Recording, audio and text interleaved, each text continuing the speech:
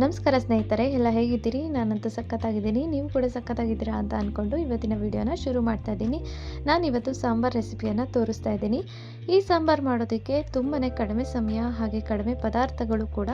ಮನೇಲಿ ಯಾವುದೇ ತರಕಾರಿ ಇಲ್ಲ ಅನ್ನೋ ಸಂದರ್ಭದಲ್ಲಿ ಈ ಸಾಂಬಾರನ್ನ 10ರಿಂದ 15 ನಿಮಿಷದೊಳಗಡೆ ಮಾಡ್ಕೋಬಹುದು. ಬನ್ನಿ ತೋರಿಸ್ತೀನಿ. ಸಾಂಬಾರ್ಗೆ ಏನೇನು ಬೇಕೋ ಎಲ್ಲ ಒಂದು ಪ್ಲೇಟಲ್ಲಿ ಇಟ್ಕೊಂಡಿದ್ದೀನಿ. ಈಗ ಒಂದೊಂದಾಗಿ ಹೇಳ್ತಾ ಬರ್ತೀನಿ. ಒಂದು ಜಾರ್ಗೆ ಹಸಿ ಕಾಯಿ ತುರಿಯನ್ನು, ಫ್ರೆಶ್ ಆಗಿರುವ ಕಾಯಿ ತುರಿ 1 ಕಪ್ ಅಷ್ಟನ್ನು ತೊಗೊಂಡಿದ್ದೀನಿ. ಸಾಂಬಾರು ಎಷ್ಟು ಮಾಡ್ತಾ ಇದ್ದೀವಿ ಅಷ್ಟು ಕಾಯಿ ತುರಿಯನ್ನು ಬಳಸ್ಕೊಬೇಕಾಗುತ್ತೆ. ನಾನಿಲ್ಲಿ ಮಾಡೋದು ಒಂದು 3ರಿಂದ 4 ಜನಕ್ಕಾಗುತ್ತೆ.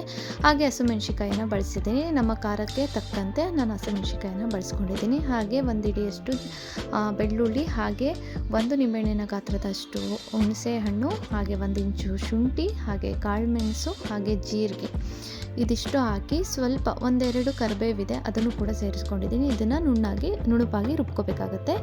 ಈಗ ಒಂದು ಬಾಣಲೆನ ಇಟ್ಟು ಒಂದು ಸ್ವಲ್ಪ ಎಣ್ಣೆ ಕೂಡ ಸೇರಿಸ್ಕೊತಾ ಇದ್ದೀನಿ. ಒಗ್ಗರಣೆಗೆ ಸಾಸಿವೆ, ಜೀರಿಗೆ,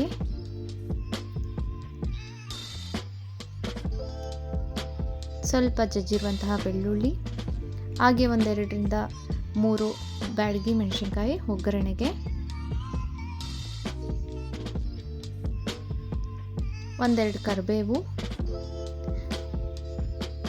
ಇದಿಷ್ಟನ್ನು ಹಾಕ್ಕೊಂಡು ಫ್ರೈ ಮಾಡಿಕೊಂಡು ಇದೆಲ್ಲ ಫ್ರೈ ಆದಮೇಲೆ ರುಬ್ಬಿಟ್ಟಿದ್ದೀವಲ್ಲ ಆ ಮಸಾಲೆ ಕೂಡ ಸೇರಿಸ್ಕೋಬೇಕಾಗತ್ತೆ. ಈ ಸಾಂಬಾರನ್ನ ನಮ್ಮ ಕಡೆ ಕಾಯಿ ಬಜ್ಜಿ ಅಂತ ಕರೀತಾರೆ. ನಿಮ್ಮ ಕಡೆ ಏನಂತ ಕರಿತೀರಿ ಅಂತ ಕಮೆಂಟ್ ಮಾಡಿ ತಿಳಿಸಿ. ಈ ಸಾಂಬಾರು ಮಾಡೋದಕ್ಕೆ ಯಾವುದೇ ತರಕಾರಿ ಅವಶ್ಯಕತೆ ಇಲ್ಲ. ಹಾಗೆ ತುಂಬ ಬೇಗ ಆಗುವಂಥ ಸಾಂಬಾರು. ತುಂಬ ಹಸಿಮೆಣ್ಸಿಕಾಯಿ ಹಾಕಿರೋದ್ರಿಂದ ತುಂಬ ಖಾರವಾಗಿ ರುಚಿಯಾಗಿರುತ್ತೆ. ವಿಭಿನ್ನವಾದ ರುಚಿ ಕೂಡ, ಹಾಗೆ ಸುಲಭವಾಗಿ ಬೇಗ ಮಾಡ್ಕೋಬಹುದು. ಈಗ ಸ್ವಲ್ಪ ಅರಿಶಿನ ಕೂಡ ಸೇರಿಸ್ಕೊಂಡು, ರುಚಿಗೆ ತಕ್ಕಷ್ಟು ಉಪ್ಪು ಕೂಡ ಸೇರಿಸ್ಕೊಂಡು ಇದೆಲ್ಲ ಸ್ವಲ್ಪ ಫ್ರೈ ಆಗೋದಕ್ಕೆ ಬಿಡಬೇಕು. ನೋಡಿದ್ರಲ್ಲ ಎಷ್ಟು ಸುಲಭವಾಗಿ ಬೇಗ ಒಂದು 5ರಿಂದ 10 ನಿಮಿಷದೊಳಗಡೆ ಸಾಂಬಾರು ರೆಸಿಪಿ ಆಗೋಗುತ್ತೆ. ತುಂಬ ಕಡಿಮೆ ಇಂಗ್ರೀಡಿಯೆಂಟ್ ಕೂಡ, ಹಾಗೆ ಕಡಿಮೆ ಸಮಯ ಕೂಡ. ಈಗ ಸಾಂಬಾರು ಎಷ್ಟು ಹದ ಬೇಕಾಗುತ್ತೆ ಅಷ್ಟು ಹದದ ತಕ್ಕಂತೆ ನಾವು ನೀರನ್ನು ಸೇರಿಸ್ಕೋತೀವಿ. ನಾವು ಅತಿಯಾಗಿ ತೆಳುವೂ ಮಾಡಲ್ಲ, ತುಂಬ ಗಟ್ಟಿಯಾಗೂ ಮಾಡಲ್ಲ, ಮೀಡಿಯಮ್ ಆಗಿ ನಮ್ಮ ಮನೆಯಲ್ಲಿ ನಾವು ಮಾಡುವಂಥದ್ದು. ಹಾಗಾಗಿ ಎಷ್ಟು ನೀರು ಬೇಕೋ ಅಷ್ಟನ್ನು ನಾನು ಸೇರಿಸ್ಕೊಂಡಿದ್ದೀನಿ. ಇದನ್ನು ಒಂದು ಲಿಡ್ಡಿಂದ ಕ್ಲೋಸ್ ಮಾಡಿ ಕುದಿಯೋದಕ್ಕೆ ಬಿಡಬೇಕು. ಇದು 5ರಿಂದ 10 ನಿಮಿಷ ಅಷ್ಟೇ ತಗೊಳುತ್ತೆ. ಸಾಂಬಾರು ತುಂಬಾ ರುಚಿಯಾಗಿರುತ್ತೆ. ಒಂದೇ ಥರ ಬೇಳೆ ಸಾರು ಅಥವಾ ತರಕಾರಿ ಸಾರುಗಳು, ಸೊಪ್ಪು ಸಾರುಗಳು ತಿಂದು ಬೇಜಾರಾಗಿರುವಂಥ ಸಮಯದಲ್ಲಿ ಈ ಥರ ಕಾಯಿ ಬಜ್ಜಿಯನ್ನು ಮಾಡಿಕೊಂಡು ತಿನ್ನಿ. ರುಚಿ ತುಂಬ ಅದ್ಭುತವಾಗಿರುತ್ತೆ.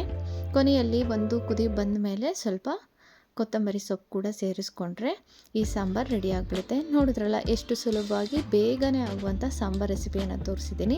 ಏನು ಅನ್ನಿಸ್ತು ಅಂತ ಕಮೆಂಟ್ ಮಾಡಿ. ಇಷ್ಟ ಆದರೆ ಒಂದು ಲೈಕ್ ಮಾಡಿ, ಹಾಗೆ ಚಾನಲ್ನ ಸಪೋರ್ಟ್ ಮಾಡಿ, ಸಬ್ಸ್ಕ್ರೈಬ್ ಮಾಡಿ. ಯಾರೆಲ್ಲ ಫಸ್ಟ್ ಟೈಮ್ ನನ್ನ ವಿಡಿಯೋನ ನೋಡ್ತಾ ಇದ್ದೀರಾ, ನನ್ನ ಚಾನಲ್ನಲ್ಲಿ ಸಾಂಬಾರು ರೆಸಿಪಿಗಳು ಹಾಗೆ ವಿಭಿನ್ನವಾದ ರೆಸಿಪೀಸ್ಗಳು ಕೂಡ ಇದೆ. ದಯವಿಟ್ಟು ಚಾನಲ್ನ ಸಬ್ಸ್ಕ್ರೈಬ್ ಮಾಡಿಕೊಂಡು ಬೆಲ್ಲೈಕನ್ನ ಕ್ಲಿಕ್ ಮಾಡಿ ಸಪೋರ್ಟ್ ಮಾಡಿ. ಏನಂತ ಅನಿಸಿಕೆ ಇದೆ ಅದನ್ನು ಕಮೆಂಟ್ ಮಾಡಿ ತಿಳಿಸಿ. ವಿಡಿಯೋವನ್ನು ನೋಡಿದ್ದಕ್ಕೆ ನಿಮ್ಮೆಲ್ಲರಿಗೂ ಧನ್ಯವಾದಗಳು.